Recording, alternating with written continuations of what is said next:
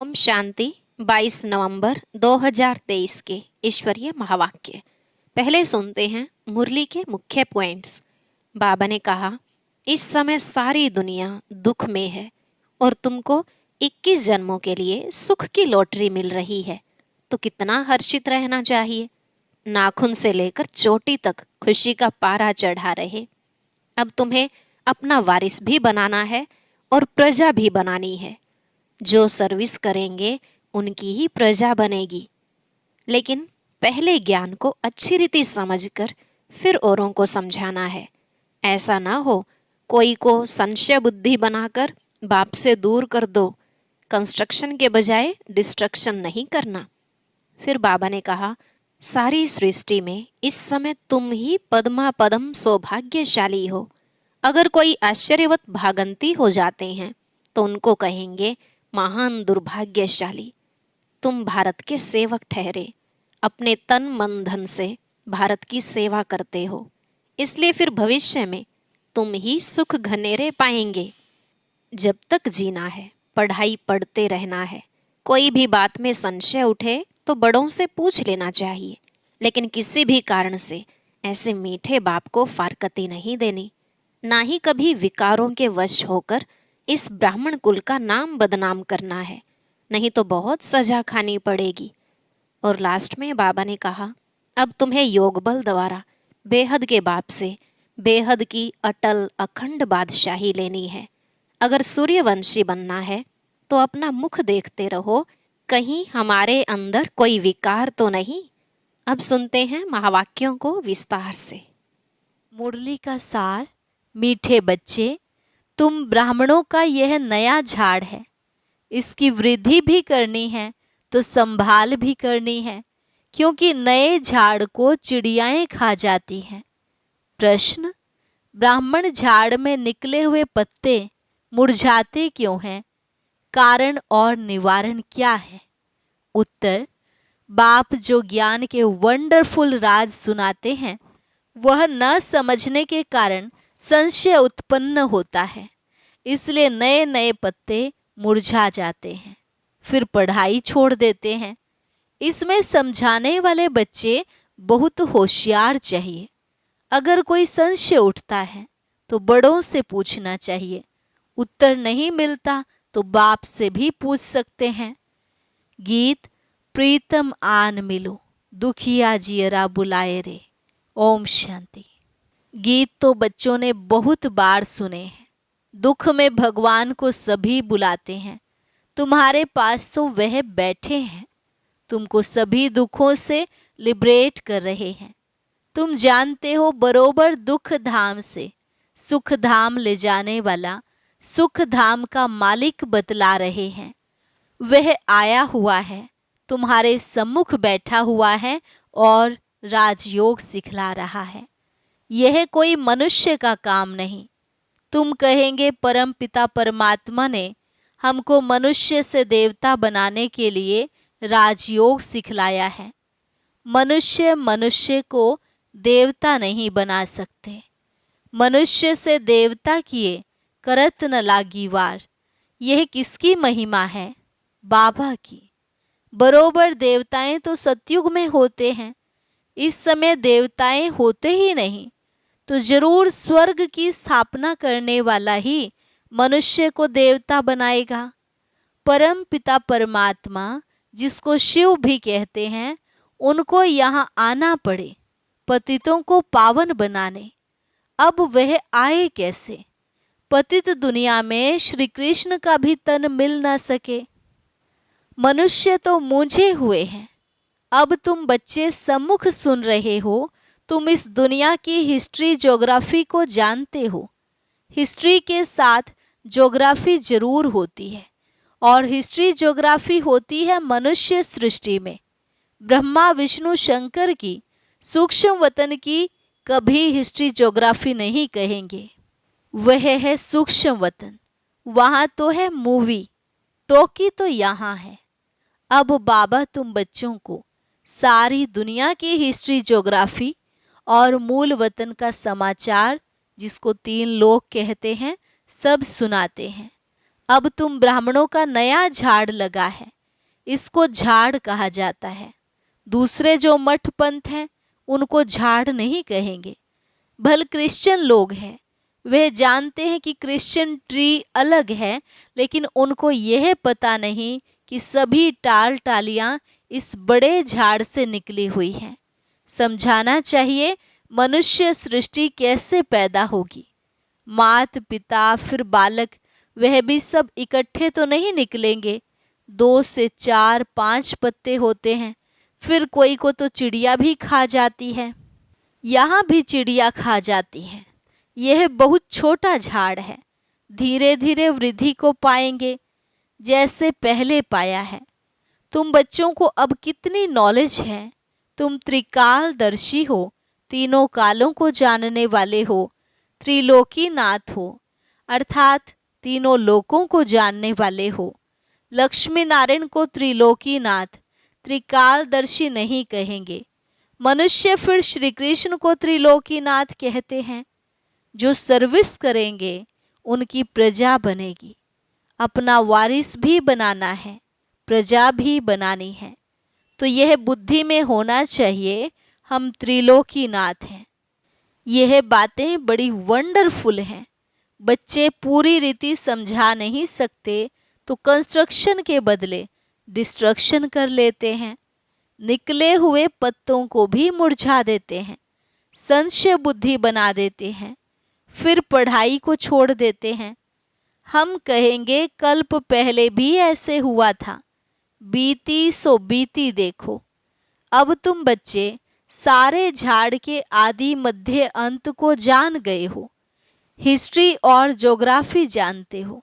बाकी मनुष्य बातें तो बहुत बनाते हैं ना, क्या क्या लिखते हैं, कैसे नाटक बनाते हैं। भारत में बहुतों को अवतार मानते हैं। भारत ने ही अपना बेड़ा गर्क किया है।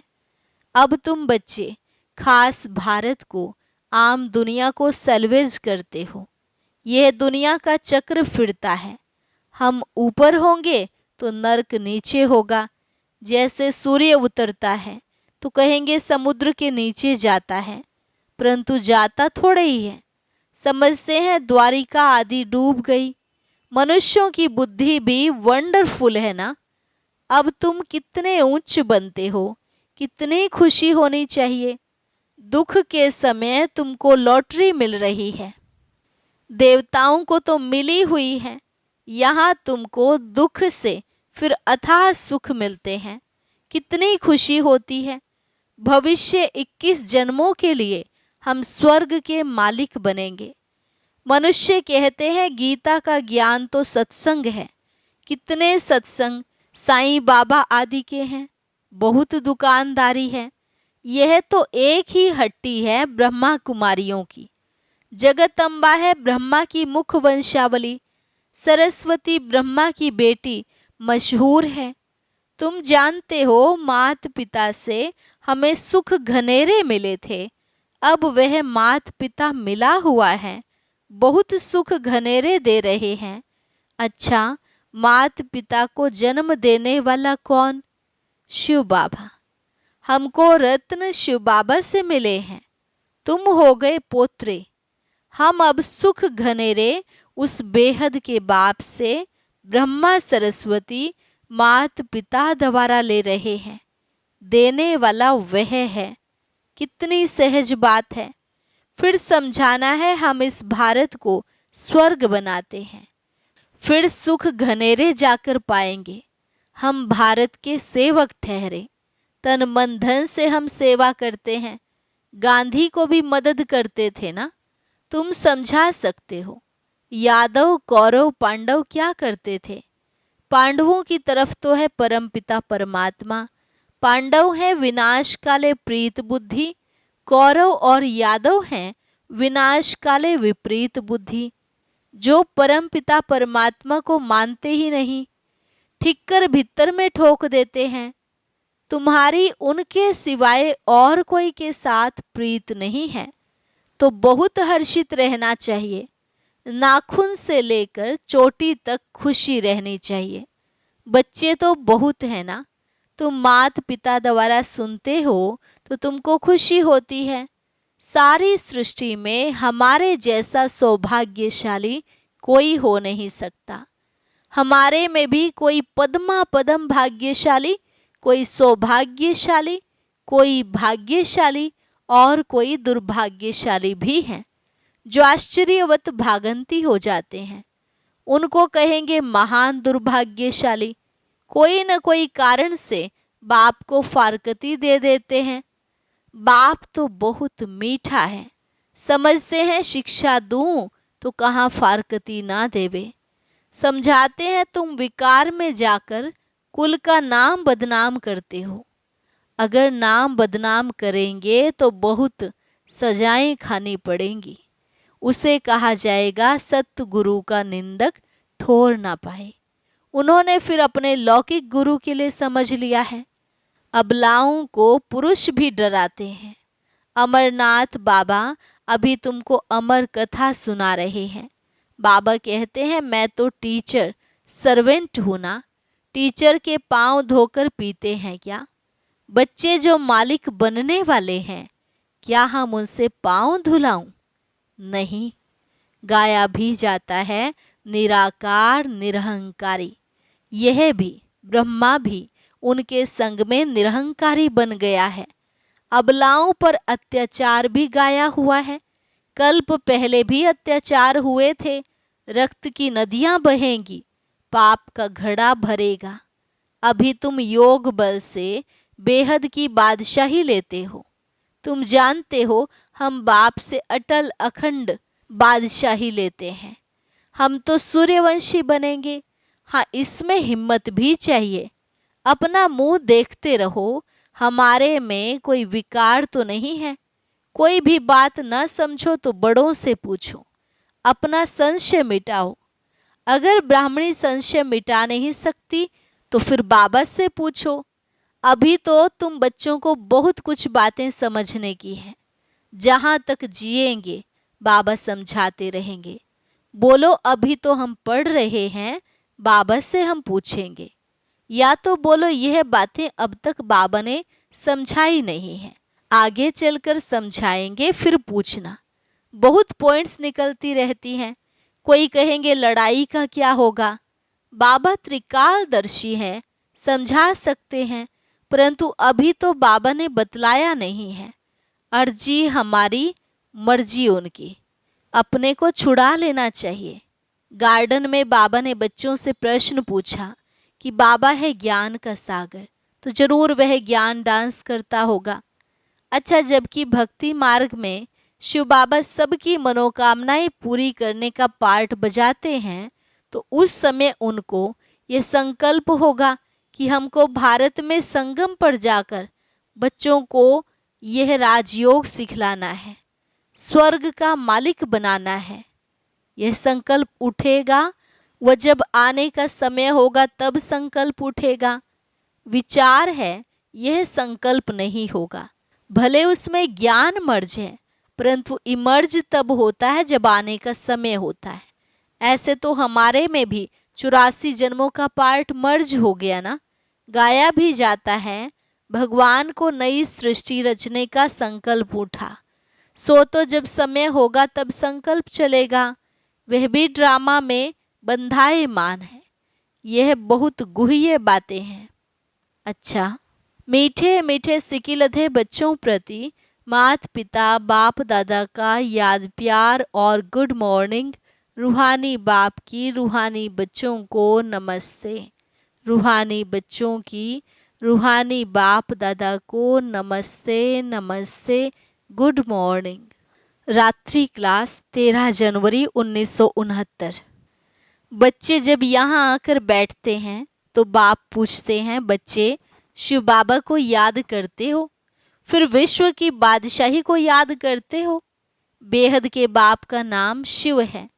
फिर भाषा के कारण अलग अलग नाम रख देते हैं। जैसे बम्बई में बबुलनाथ कहते हैं, क्योंकि वह कांटों को फूल बनाते हैं। सतयुग में है फूल, यहाँ सभी हैं कांटे।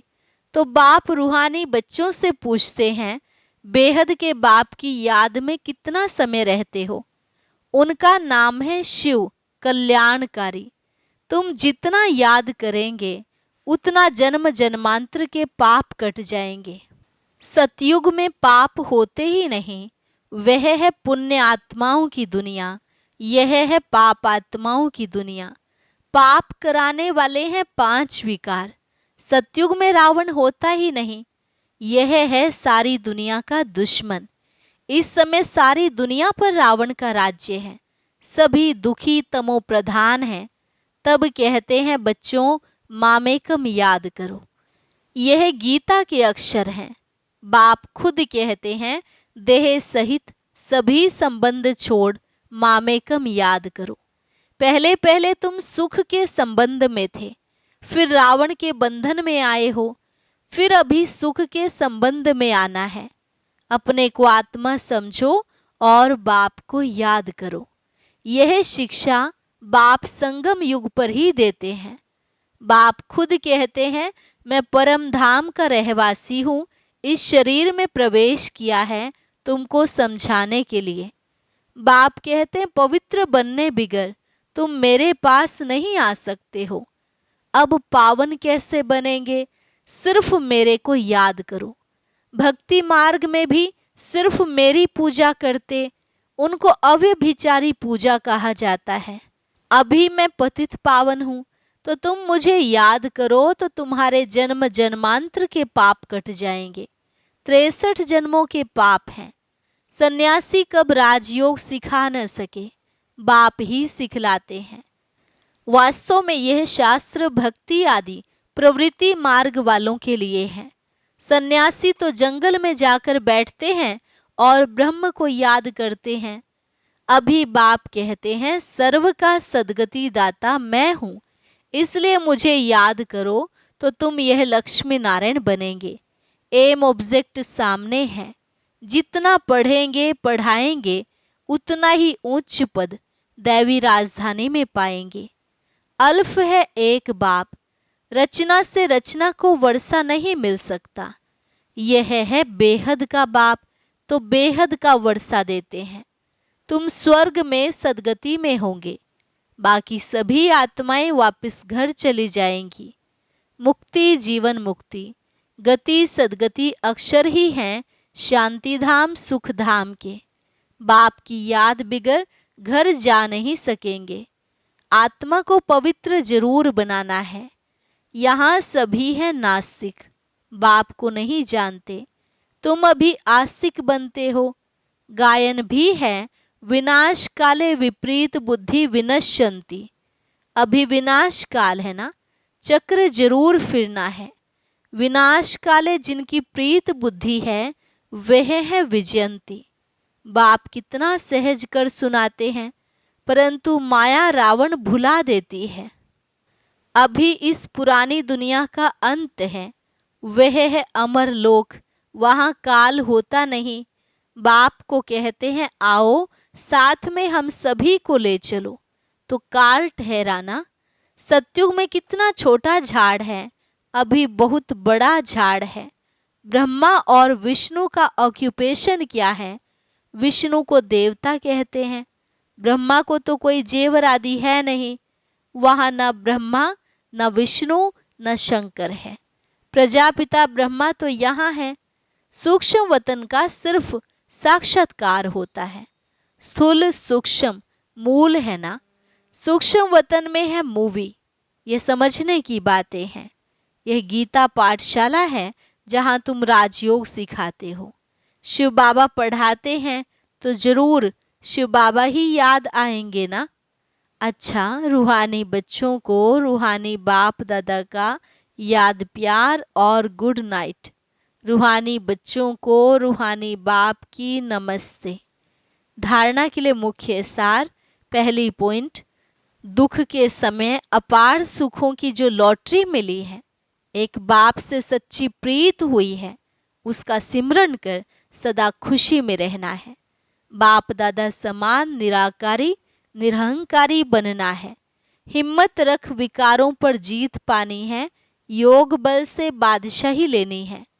वरदान, कर्म करते शक्तिशाली स्टेज पर स्थित हो रूहानी पर्सनैलिटी का अनुभव कराने वाले कर्म योगी भव। कर्म करते शक्तिशाली स्टेज पर स्थित हो रूहानी पर्सनैलिटी का अनुभव कराने वाले कर्म योगी भव। आप बच्चे सिर्फ कर्म करता नहीं हो, लेकिन योग युक्त होकर कर्म करने वाले कर्म योगी हो।